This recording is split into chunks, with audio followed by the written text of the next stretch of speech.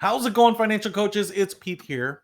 And I want to talk to you about getting rid of financial stress. And one of the things that this is going to entail is one, a little bit of story about my background, which is going to be a little peek into why I do what I do. And two, it's also going to be heavily a challenge for you because I want us to be in the position to be able to ask our participants and our clients to do this, or to at least make the case to them to consider it.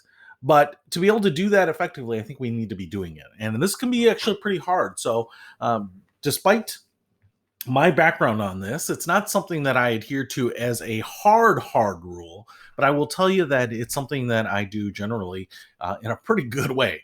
And the reality is, in my household, when I was a kid, my father left his job to become a financial planner, and he opened up his own little business, and it started in our house. It started in our basement. I used to call it the cellar. I used to call his office the cellar, and it was very, very humble beginnings. And it was basically in the midst of a pretty deep recession. And so it was, you could probably argue it would be a good time to start a business like that and a bad time to start a business. But the reality is it was a bad time to start a business. There's a lot of financial need, but not a lot of financial money. And financial planners often make money by consulting on money and charging for that. And at the time, selling products. This was a very popular thing to do, is to obviously sell investment products, and you would get commissions on that. And so if people don't have money and they aren't moving money, you're not making any money. And so my father started this business, and for years he worked out of the house. And for years it was very, very tough going. Very tough going. And I will tell you that while I didn't grow up needing anything, I grew up wanting for a lot, right? It was one of those things where I even remember playing golf, and you might say, well, geez, that's kind of a upper class thing to do. I was playing golf in high school with a set of old used golf clubs because that's all we could afford. And I'm not saying that wasn't okay. But there were a lot of people who knew golf clubs. It's just one of those things I remember. And, it's one of those things, especially when you're a kid, it's hard because you do want to feel warmed by the confidence of family that has finances, right? And I don't know if you've ever been in that situation, but some people in my family, my aunt and uncle, had money, and it was just different hanging around with them. It's like they could do whatever they wanted, and it wasn't necessarily like they were uber rich, but it was just a different level than what we were at. So, I didn't need for anything. It's not like we skipped any meals or anything like that, but there was just no surplus cash. And in those early years, there was no surplus cash to do Christmas. And this is my point.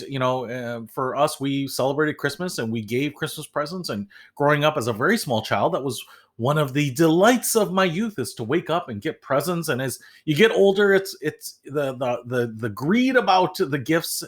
It gets higher. You want more exciting stuff. You want more expensive stuff. You want to be able to go back to school and see your friends and tell them about all the great things that you got. And I had a younger sister, and this was probably even a little harder on her because I was at least a little older. But at the point where my father was in this business and we didn't have any money, we stopped giving gifts. And it was a conversation we had before Christmas that there weren't going to be any Christmas gifts because we didn't have any money, and because the money was going to the business, and the business wasn't exactly flourishing. And I remember being, I don't remember the specifics, but I remember being disappointed with it. I remember being a little bit bitter about it, right? Because I figured I deserved gifts, and it wasn't about deserving or not deserving. But what I realized later in life is that, Christmas became different after that, and not different in a bad way. So on Christmas morning, you may love the idea of getting up and opening presents, and you may have loved that as a kid. And maybe you're a parent now with kids, and maybe it's different now because you love seeing the excitement and sharing that moment, and that's really important. But when we stopped giving gifts, there was no need to get up at 6 a.m., groggy and tearing open presents and then playing with them all day, and then eating a big meal and things like that.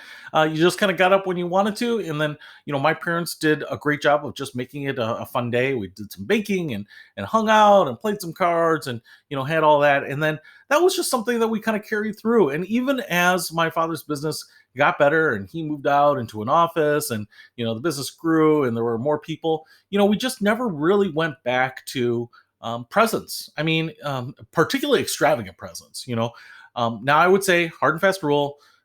This is not, because I do give some gifts at Christmas. I give a present to my wife, usually just one. I usually give a present to my parents. I have a couple nieces and nephews, and I usually give them something small, but they're not big. And so my total cost on presents is probably under $200. Okay.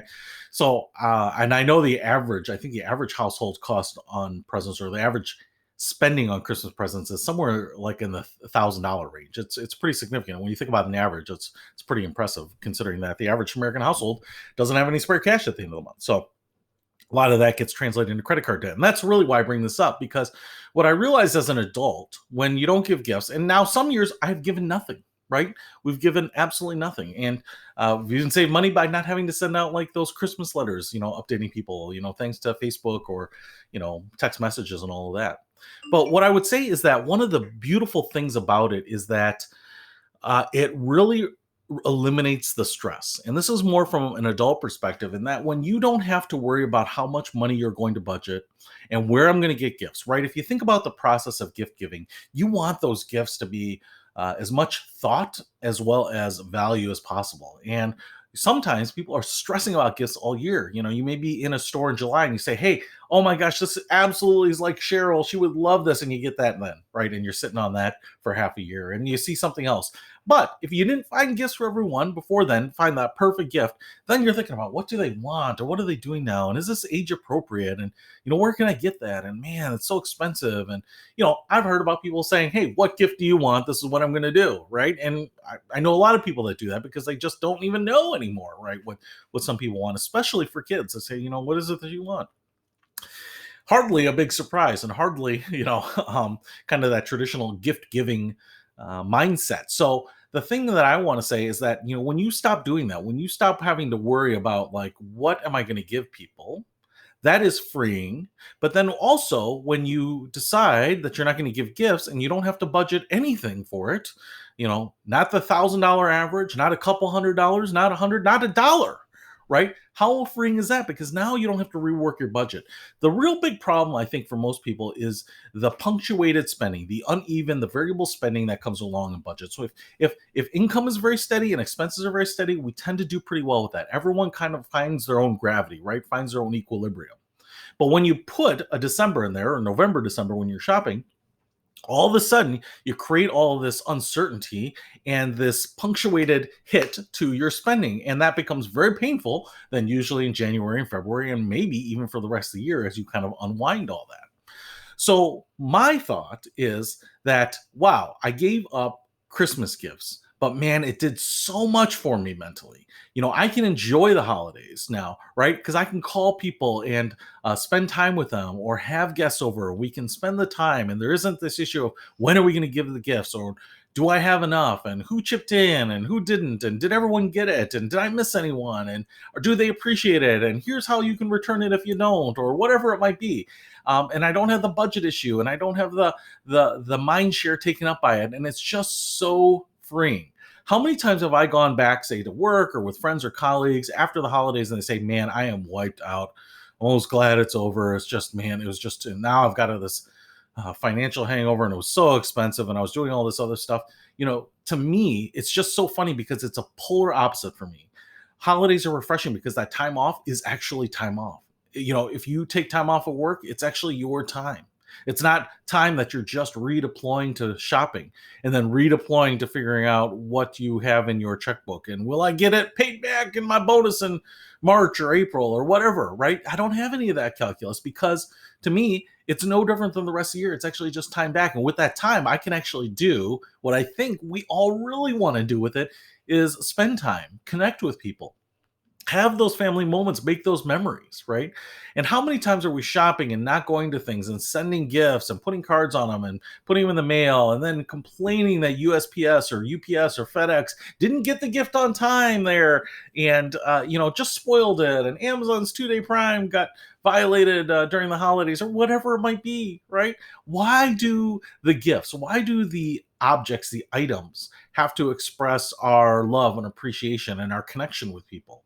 And so what I'm saying for me, and this doesn't necessarily apply to everyone, I get that, but for me, um, having to give out Christmas gifts when I was a child was something that was not as painful as I thought it was going to be. It was something that created a habit and a tradition in my family since then, that we don't give gifts and we are able to spend the time free of the pressures and the burdens that gift giving comes with.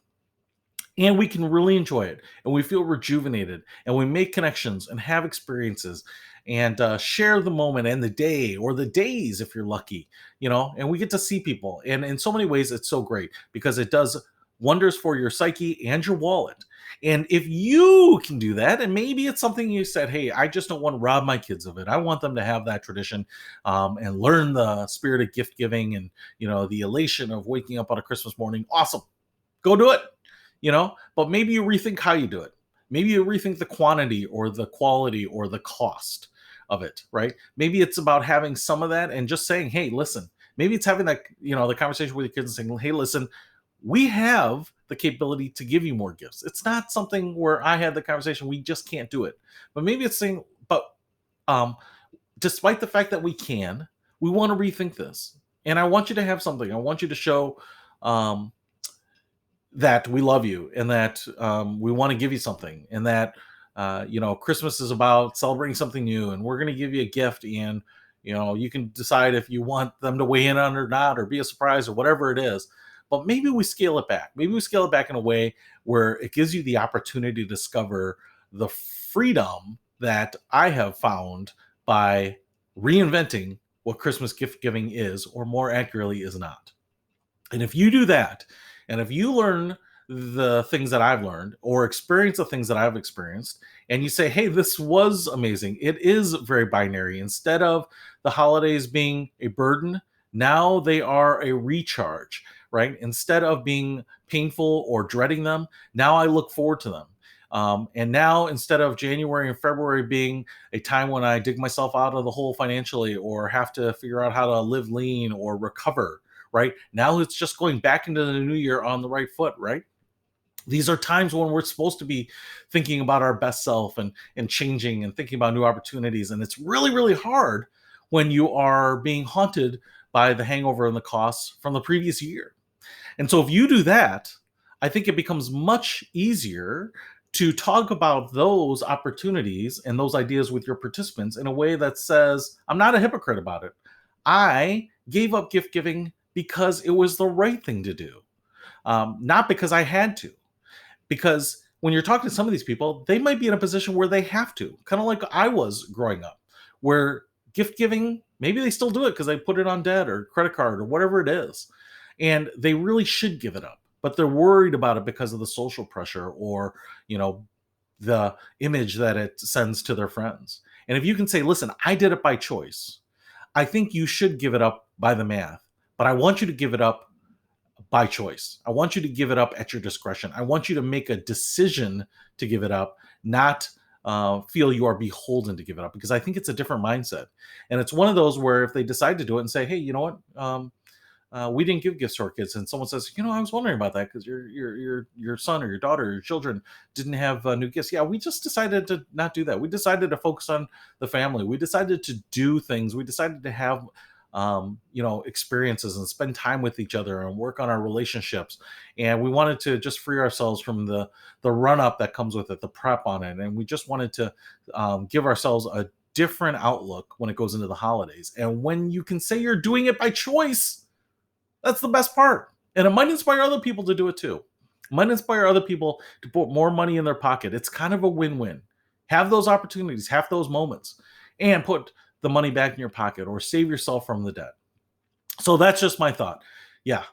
Not giving Christmas gifts. It was painful. It was confusing. It was troubling at the time when it happened to me. But I am so grateful that it did, because it's just become a part of me, and it's made the holidays totally different in a good way, an upgrade on all dimensions for me personally. So just wanted to share that with you. That's it. See you later.